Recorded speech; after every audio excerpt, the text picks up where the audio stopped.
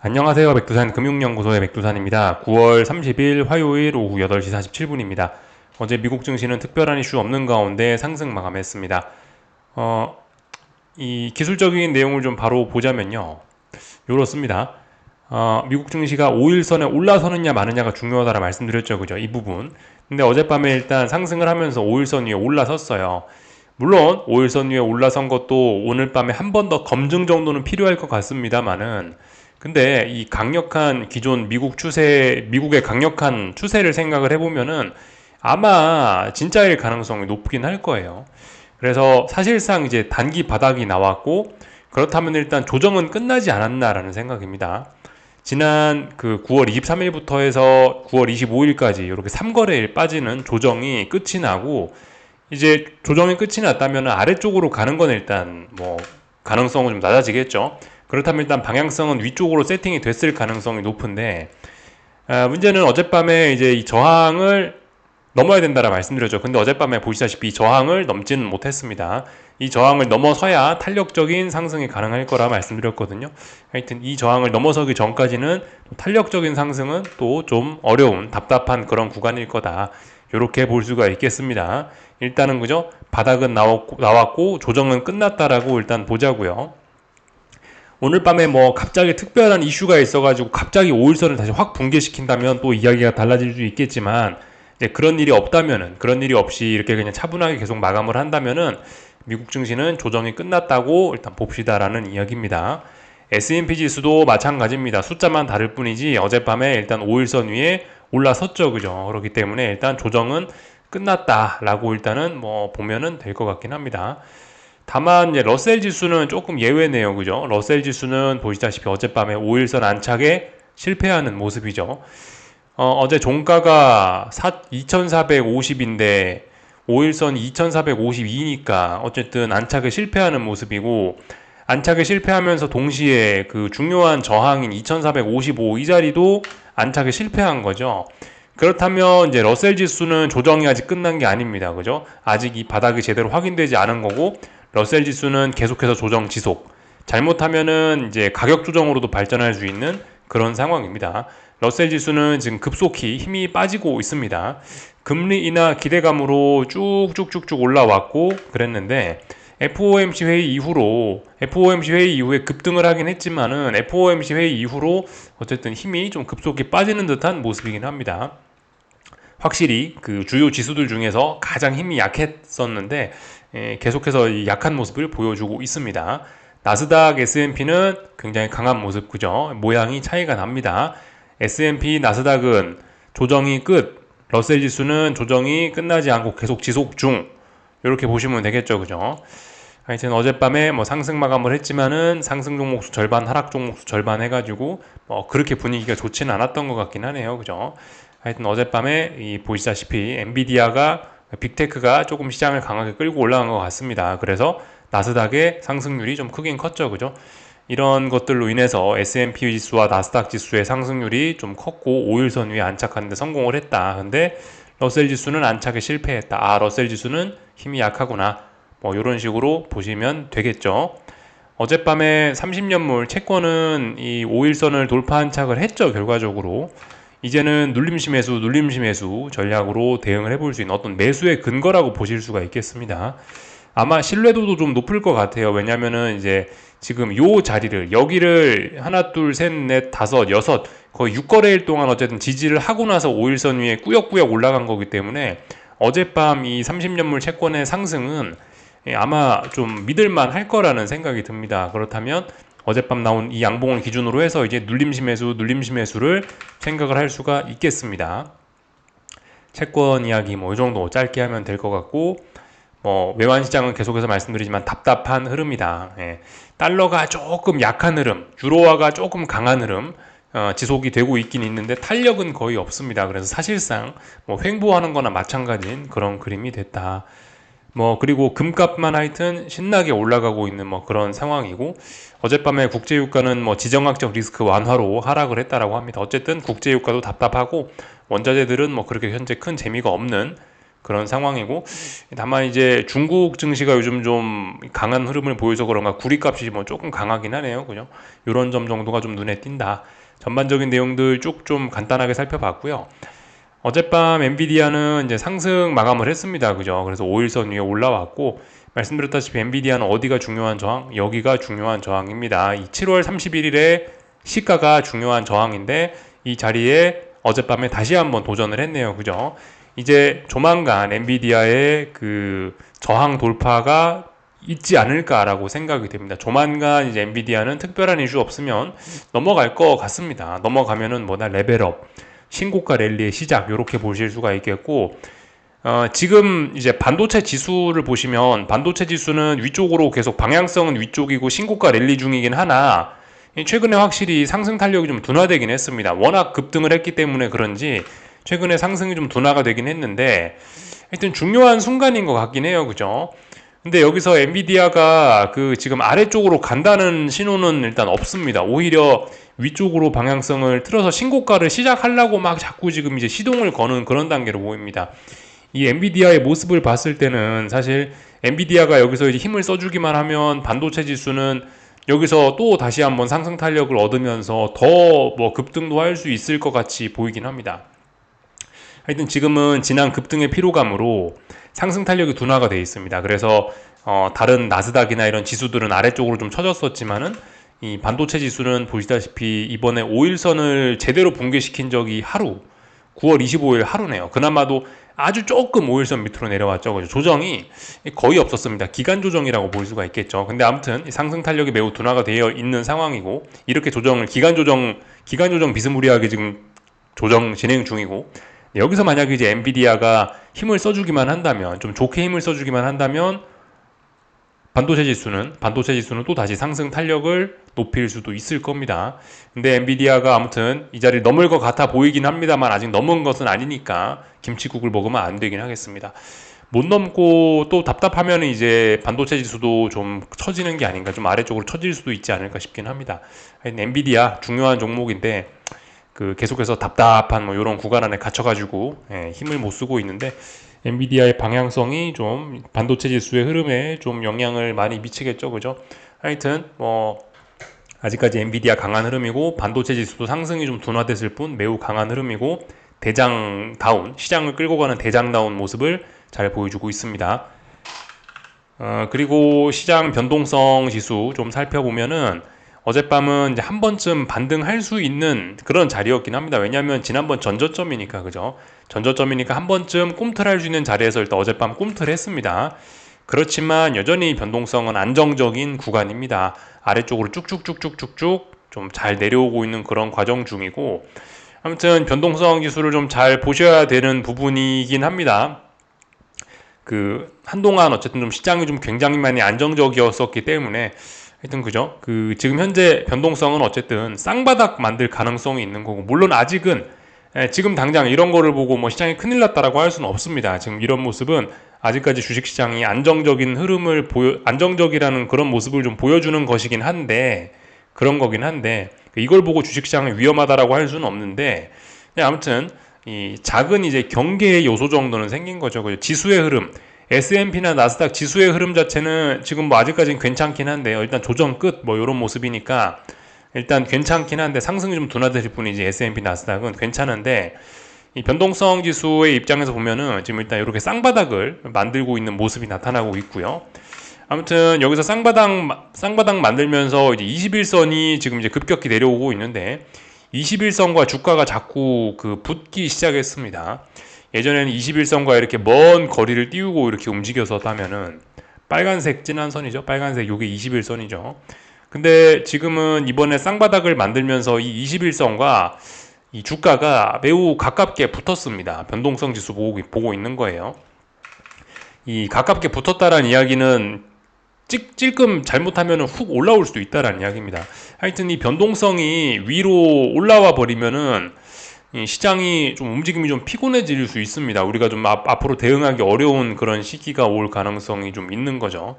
아무튼 아직은 아니고 21선의 안착은 아직까지 못하고 있죠. 그죠? 한동안 미국 주식 시장이 굉장히 평화롭게 올랐던 게 이 빨간색 선 21선을 검은색 말고 이 빨간색 21선을 이 그 변동성이 계속해서 아래쪽으로 하회했기 때문에 이 안정적이었던 건데, 언젠가 이제 미국 증시도 지금 21선과 이 주가가 또다시 가깝게 붙고 있고 쌍바닥 만들고 있으니까 이 친구가 빨간색 선을 탁 이렇게 위쪽으로 올라오는 순간 조금 좀 이제 시장이 좀 위험해질 수도 있긴 있습니다. 물론 아직은 뭐 괜찮긴 한데 이런 거를 좀 눈여겨 보고는 있자고, 잠재적인 이제 좀 위험 요소다 정도로 생각하시면 되겠습니다. 잠재적인 위험 요소. 잘 보고 있자. 얘가 21선 위로 튀어 오르면서 이제 시장의 방향성이 만약에 아래쪽으로 가면은 조금 좀 이제 그때부터 난세가 좀 펼쳐지는 거죠. 지금까지는 어땠다? 지금까지는 굉장히 평화로운 시기였죠, 주식시장이. 근데 21선 위로 올라가는 순간부터는 조금 난세가 펼쳐질 수 있다. 추세적으로 난세가 좀 펼쳐질 가능성이 있다. 근데 지금은 아니고, 지금은 잠재적으로 그럴 가능성이 조금은 보이는 때다. 쌍바닥 만들고 21선 부근에서 잘 버티고 있으니까 뭐 그럴 수도 있다. 잠재적이다. 이런 이야기 드리면 되겠습니다. 다 본 것 같고요. 한국 증시는 오늘 좀 하락 마감했습니다. 양대 지수가. 오늘 기술적으로 좀 중요한 날이긴 했거든요. 사실 전 코스피나 반도체를 계속해서 좀 좋게 봤는데, 왜냐면 어젯밤에 뭐 반도체 지수도 뭐 비교적 괜찮은 흐름 이어갔고 나스닥 지수도 상승 마감하고 미국 증시도 좋았으니까, 그래 요즘 시장 분위기 좋으니까 한국 증시 괜찮겠지, 코스피도 괜찮겠지라고 생각을 했는데, 오늘 사실 좀 한국 증시의 흐름은 약간 좀 의외였습니다. 양대 지수가 하락 마감을 했는데, 뭐 저의 생각엔 그래요. 지금 그 한국 증시는 사실 뭐 특별한 그런 시장으로 움직일 만한 이슈는 없는데, 기술적인 측면에서 그래서 이 하락의 이유를 찾아야 될 것 같은데, 추석 연휴를 앞뒀다는 그런 불확실성이 시장 하락의 좀 주요 이유가 아닌가 싶습니다. 말씀드렸다시피 그죠. 여러분들 다 아시다시피 이번 주 이제 금요일인가부터 추석 연휴가 굉장히 길지 않습니까? 금요일인가부터 추석 연휴가 시작되는데, 아무래도 그죠, 연휴가 굉장히 길기 때문에 연휴 기간에 무슨 일이 생길지 모른다, 뭐 이런 불안감이 좀 있을 수 있죠. 연휴 전에 현금을 만들어 놓자. 또 그리고 지금까지 올해 내내 굉장히 많이 올랐었기 때문에, 성과가 굉장히 다 주식이 좋았기 때문에, 아 그래 추석쯤엔 한 번쯤 팔아서 애들 세뱃돈 좀 주자, 뭐 이런 식의 매도세가 좀 차익 실현 욕구가 좀 나타날 만한 때란 말이죠. 그런 것이 시장의 주된 하락 원인이 아닌가 싶습니다. 하여튼 그래서 이후에 어쨌든 간에 오늘 좀 좋게 기대를 했는데, 오늘 양대 지수가 하락 마감하고 삼성전자, 하이닉스도 좀 부진한 모습을 보였죠. 그러면서 나타난 특징이 뭐냐면은 코스피나 코스닥이나 둘 다 5일선을 3거래일 연속으로 넘지 못했습니다. 예. 그리고 코스닥도 그죠? 코스닥도 그렇고 삼성전자도 그래요. 삼성전자 자리인데 왜 여기에, 잠시만요. 삼성전자를 보시면, 예. 삼성전자도 3거래일 연속으로 5일선을 지금 하회했습니다. 그죠? 하이닉스는 하이닉스도 그렇죠. 하이닉스도 3거래일 연속 5일선을 하회했고, 뭐 지금 하여튼 대부분 그래서 한국의 어떤 주요 그런 지수들이, 뭐 주요 지수들이나 주요 종목들이 3거래일 연속으로 지금 힘을 못 쓰고 있습니다.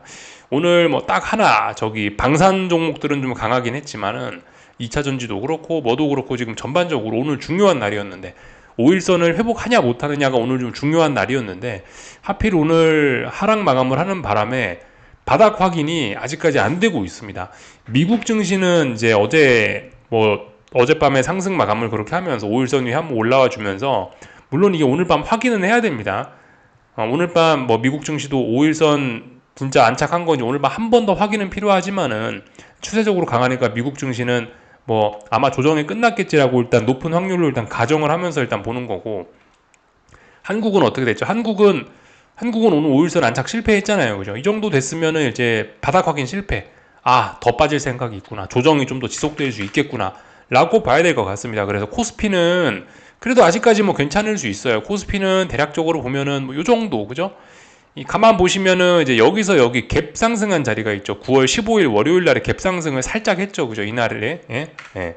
그래서 지금 이 갭 상승한 자리를 기준으로, 혹은 9월 16일 월요일 날에 9월 16일 화요일 날에 시가를 기준으로 해서 대략적으로 지금 이 정도 그 자리를 기준으로 해서 지지력을 만들고 있는데, 아직까지 이 정도면 기간 조정이라고 볼 수 있습니다.